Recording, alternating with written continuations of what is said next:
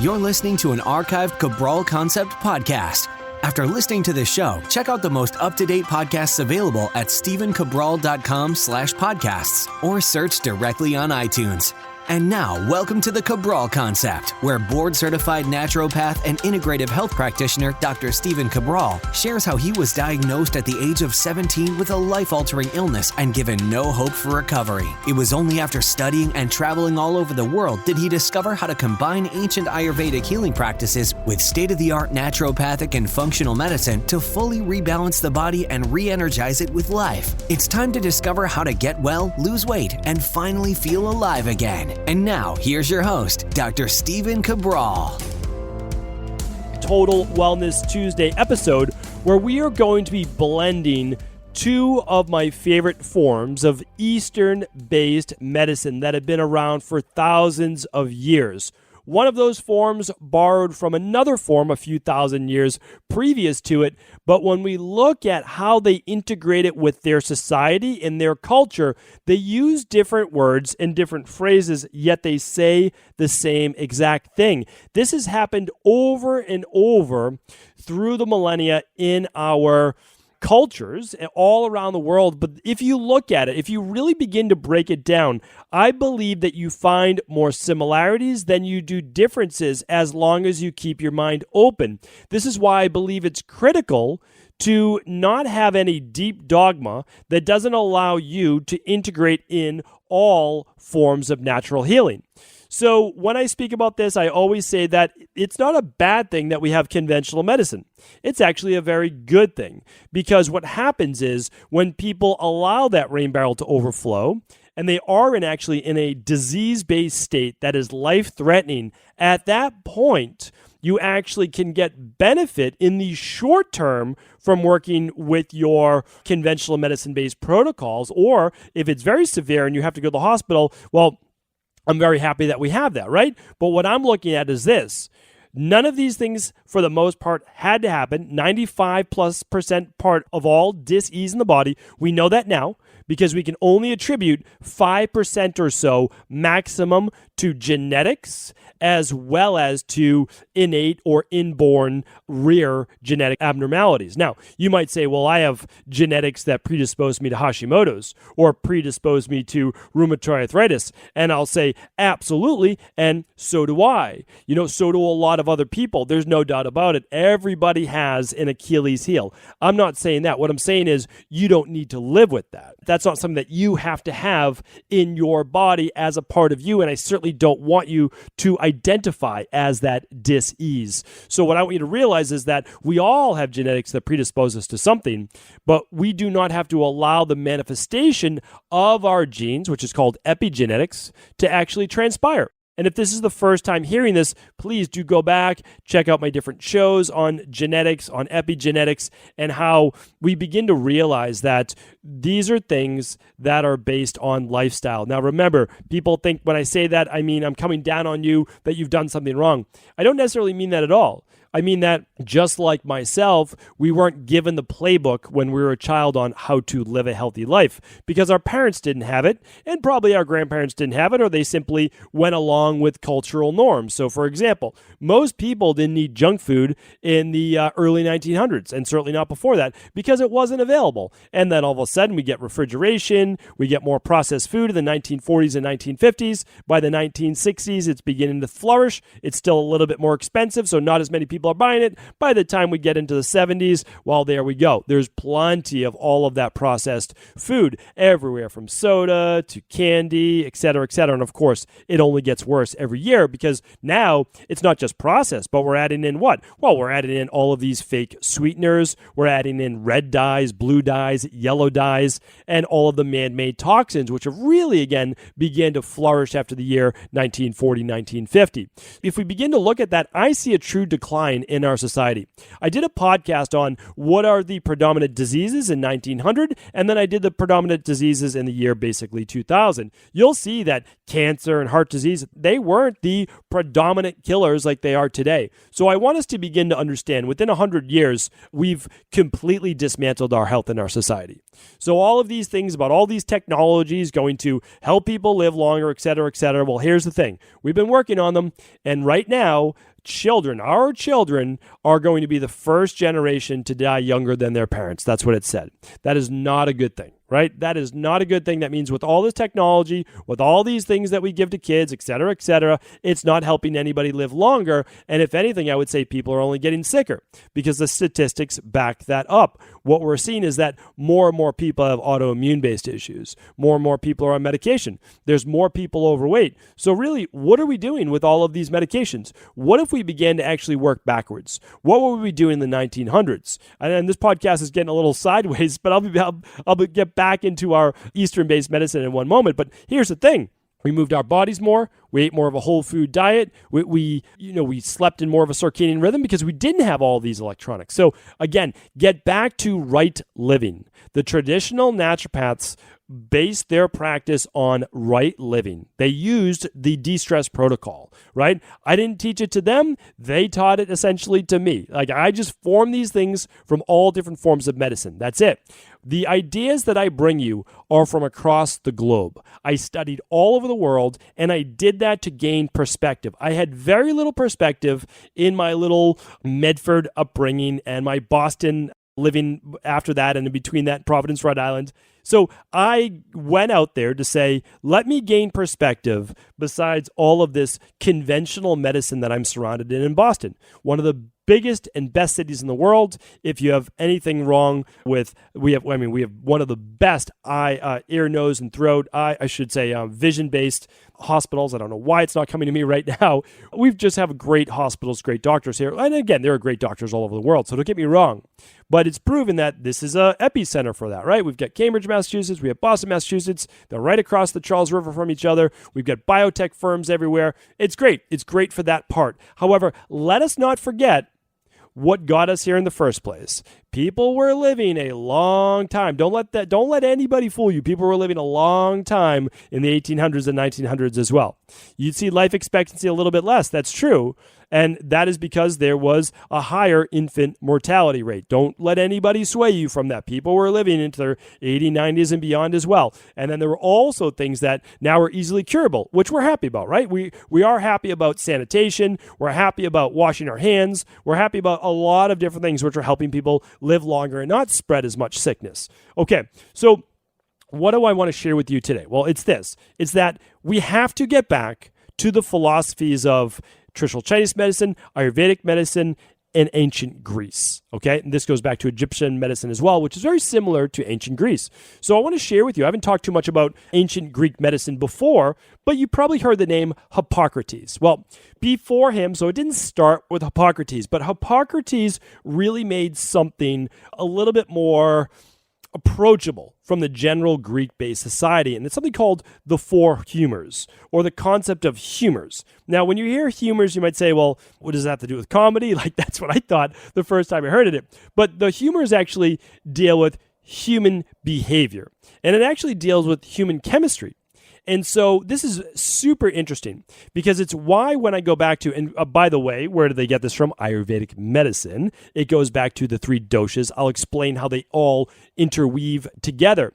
But you have to understand is that your body type, your genotype, who you are born as, has an effect on what your personality is. That's the nature part of it. But there is certainly a nurture part as well.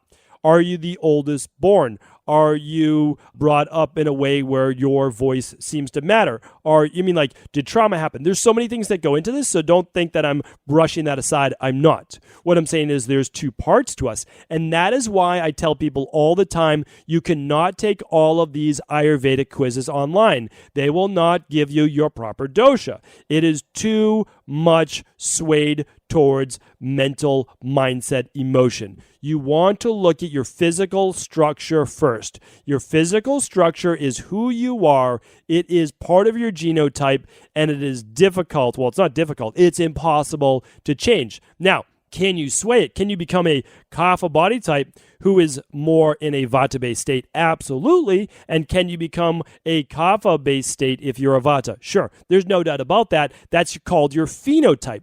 We are what we choose to become. You can have two identical twins. They've done many, many studies on this. You can have one who takes up a lot of alcohol and overeating, and they gain quite a bit of weight, while the other brother or sister, they maintain a lean body type. Well, what happened? Well, we had lifestyle factor in that creates our genotype, okay? So really important we look at both, but here is where I want to get into it. The four humors goes into literally the fluids of the body. It's one way that I want you to think of the four humors. Now, if we take that just a little further, we want to think about what are the three doshas in Ayurveda. So that means this. The Vata body type is a little bit more on the thinner joints, on the little bit more anxious-based scale, easier to lose weight, more catabolic, typically more, osteoporosis, things like that. Now, okay, that's one side, more nervous, more anxious, a little bit more fearful sometimes. And then we have the Pitta. The Pitta is in the middle. The Pitta don't necessarily gain weight really fast or lose weight really fast. They can typically put on muscle fairly easy. They're typically pretty good at sports. They are more of the leaders or more aggressive on the more negative side, sometimes more of a temper, and that's more of the Pitta. And then we have the Kapha body type. And the Kapha body type, Kaphas can be lean. So please never say that a Kapha can't be lean. Kaphas are in great shape, right? So when a Kapha is healthy and balanced, they're lean and they're in great shape. They have a wonderful immune system. They've got great hair, skin, and nails. They have glowing skin and a glowing personality. They are fun to be around. They are very jovial people. They like to enjoy life. On the more negative side, they can be a little bit more sluggish, sometimes not want to do as much, not want to get going. Instead of working out and exercising and going for a bike, they'd rather maybe do like a gentle flow yoga or get a massage, right? So here's the thing. We all have natural dispositions. Now, we have to just create balance. It doesn't mean we need to over-exercise if you're a Kapha, and you don't have to just do Hatha yoga if you're a Vata, but you do absolutely want to keep it balanced. So the interesting thing, though, is what Hippocrates started to say. And I want to read this to you, and then I'm going to explain it, okay? Because there's a little bit of context, and I hopefully just gave it to you. But basically, the four humors are this. There are people that have red blood, so we call it red blood, and they joke, and they laugh, and they have fun, and they have rosy cheeks, and they have pretty clean skin, pretty clear skin. They seem overall robust and healthy, and they are. So that's the humor that we all want to be. That's the balance, whether you're Vata, Pitta, or Kapha. That is what we're looking for, right? But then there are the people, we call it more yellow bile. They're more bitter, they're more short-tempered, they're more daring. They appear maybe a little bit more yellowish tint of the skin. Okay, so I want you to think about that. Who does that sound more like from Ayurveda? Sounds a little bit more like the Pitta, right? Well, it just so happens that the Pitta is governed by liver, by small intestine, by transformation. Okay, interesting. The first part of the small intestine is the duodenum, where bile meets acid in order to transform food and break it down into useful nutrients that is then actually filtered by the liver. That's the Pitta part. Now, imbalance, well, a little bit more maybe yellowish tint to the skin. Interesting, right? So then we have the third, which is the people who are composed of black bile. Now remember, I'll go back to that in a second. A black bile are more lazy or shy away more is a better way to say it. Lazy is not a good term for this. This is actually not well written. But shyness would be a better one.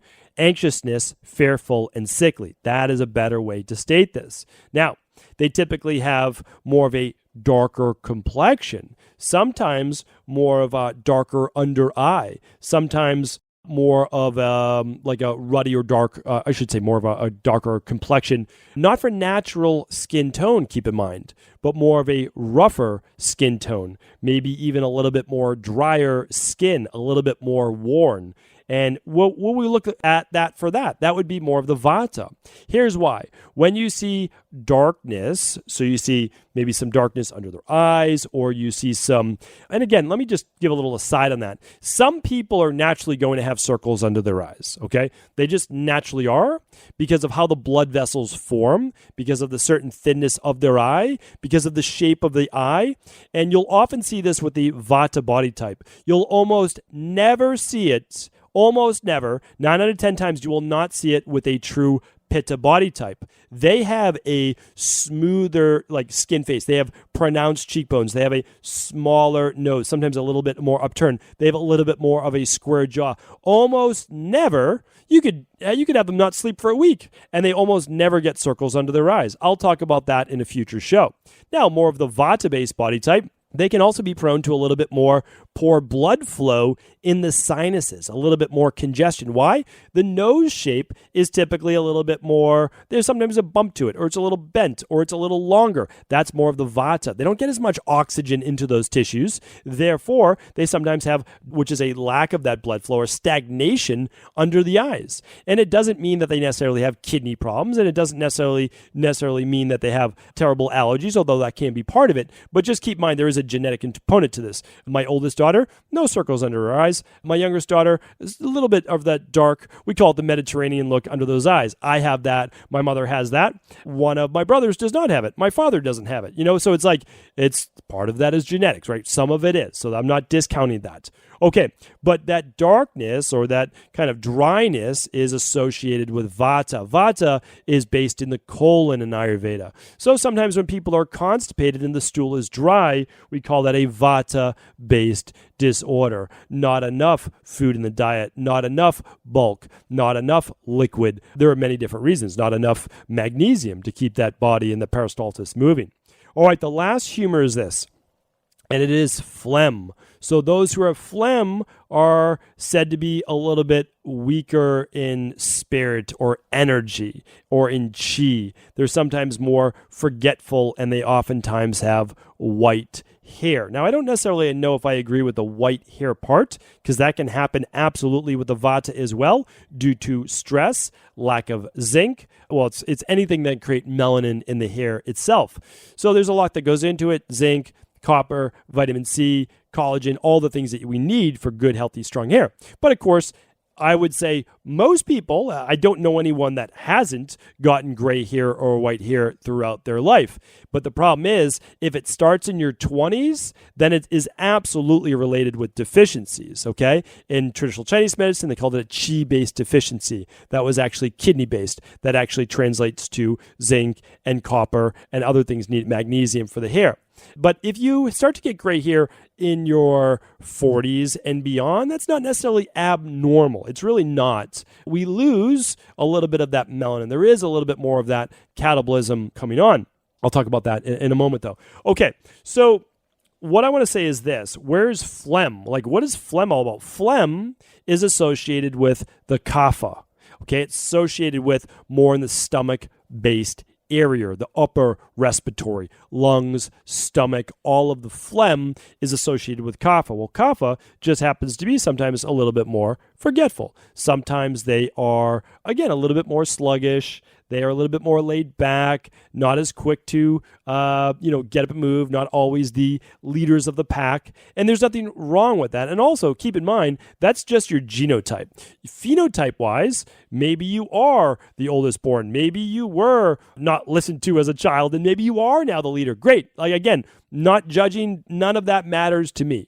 All that is what is, and we make our life from that. But what we have here, though, are the four humors. One is we have balanced, which is nice, oxygenated red blood.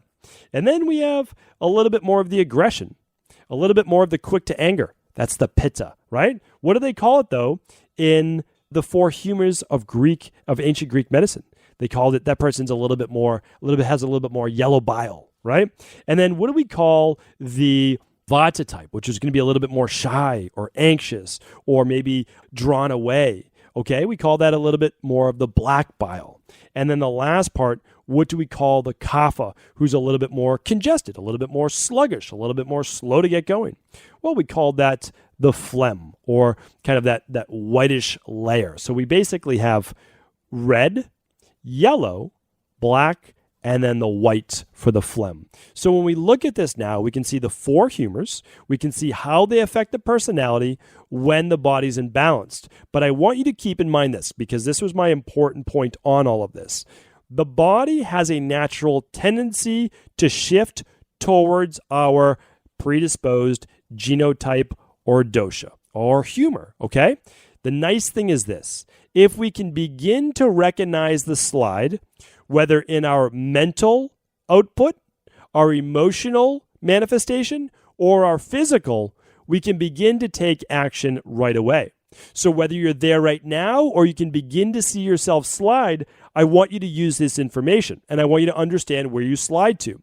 Now, I am not the Pitta body type. However, I am the Pitta mindset. That is why I tell people all the time, you cannot go by mindset alone, because my mindset is pure Pitta. It is pure Pitta. It really is. And again, there's never pure anything, but you would say it's 90% Pitta, and let's say 5% Vata, or let's say 7% Vata, and 3% Kapha. It is predominance of Pitta. It is very swayed in that direction. Most people are not as swayed. Most people have a little bit more balance than that. Now, my body is more balanced than that. So there's Vata predominance, but then there's Kapha, and there is some Pitta. So I have balance more in the body, but not necessarily in my mindset. Now, was that from my genotype? Most likely not. Was that from nurture and community and society and things that I had done? And was that from me getting sick and all these things? Yes. But part of it is I did come out that way. So I do have that Pitta mindset.